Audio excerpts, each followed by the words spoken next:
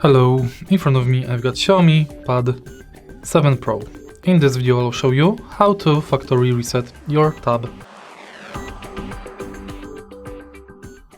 In the beginning, let's go to settings and now go to About tablet.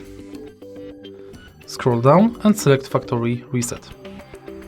Erase all data and draw your pattern, keeping in mind that this procedure will remove every data on your tab and you will have to set up it from the beginning.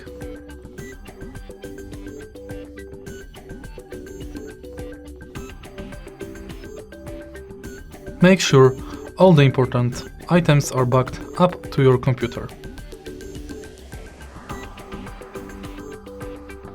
Now we have to wait, and it's done.